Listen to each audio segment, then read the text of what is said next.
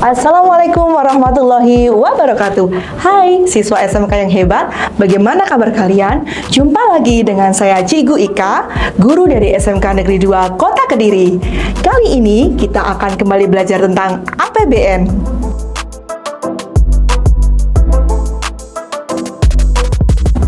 Tujuan pembelajaran kita adalah siswa dapat memahami definisi, fungsi, dan tujuan APBN agar generasi muda peduli uang kita.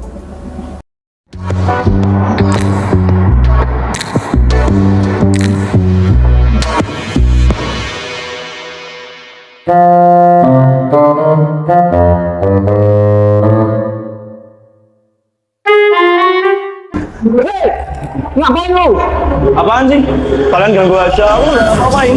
Mencurigakan, mau coret-coret ya? Loh, Apa sih kalian kok lucu aja? lah itu buktinya bawa pilot. Kamu mah pasti mau coret-coret. Alah, ngaku aja lu. Ini tuh bukan apa-apa, ini tuh cuma...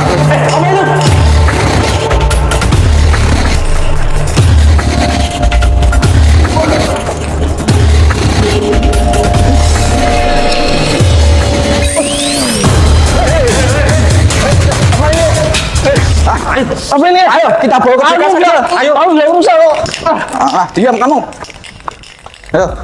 Anak-anak, bagaimana pendapat kalian tentang perilaku Adi tadi? Ya, perilaku Adi tadi disebut dengan vandalisme, yaitu perilaku yang merusak fasilitas umum. Bukankah perbuatan itu adalah perbuatan yang tercela? Tahukah kalian bahwa fasilitas umum seperti sekolah, jalan, jembatan, gedung-gedung pemerintahan, cagar budaya merupakan fasilitas umum yang pendirian dan perawatannya didanai oleh APBN. Apa itu APBN?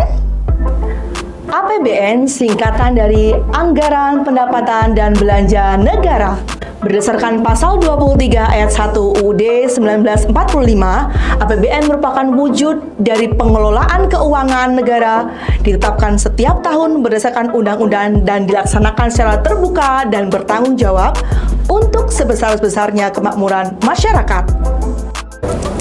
Berdasarkan pada Undang-Undang Nomor 17 Tahun 2003 tentang Keuangan Negara menjelaskan bahwa APBN merupakan rencana keuangan tahunan pemerintah negara yang disetujui oleh DPR.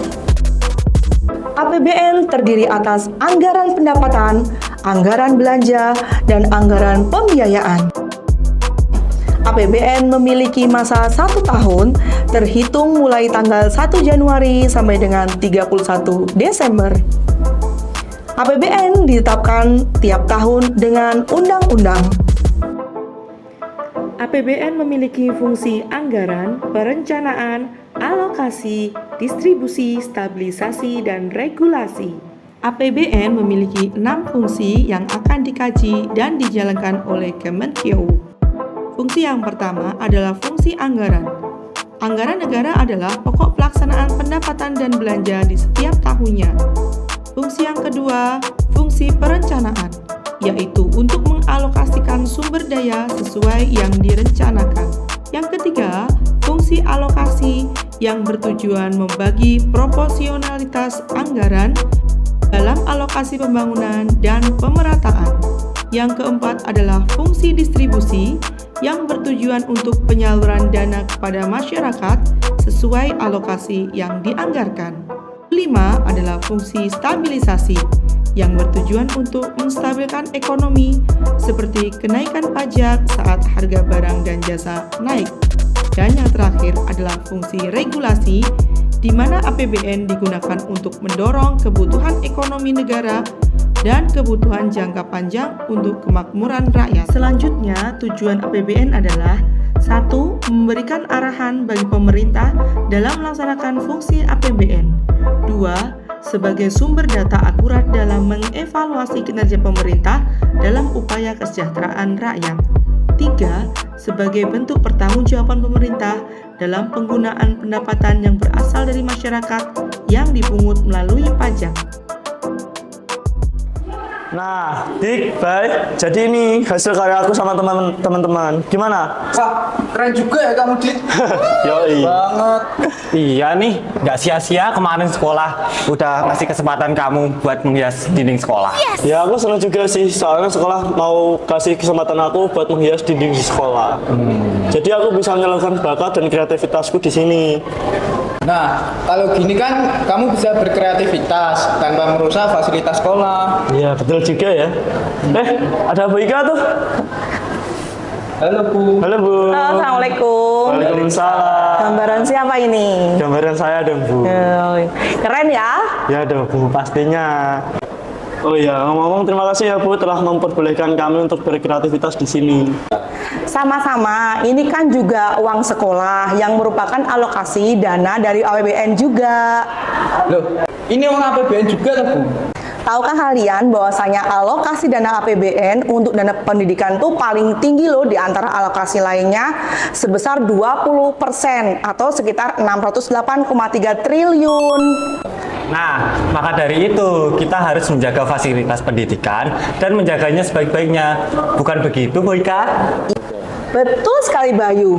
Untuk itulah generasi muda kita harus memahami dan menjaga APBN. Hah? Menjaga APBN? Bagaimana Bu caranya?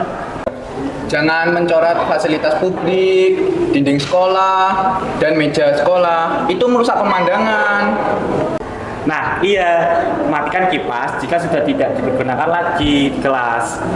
Dan matikan juga lampu pada saat kamu meninggalkan kelas. Dan juga mengawasi penggunaan dana APBN secara bersama sehingga APBN bisa dipergunakan dengan tepat guna dan optimal. Hah? Mengawasi APBN? Gak bahaya. Lebih bahaya lagi jika APBN itu dikorupsi. Makanya kalian generasi muda yang penuh dengan semangat selayaknya harus bisa menjaganya. Seperti kata Bu Ika, bahwasanya APBN itu selayaknya keuangan keluarga kita. Maka selayaknya kita menjaga bersama. Bagaimana? Apakah kalian siap? Siap, Bu. APBN uang kita.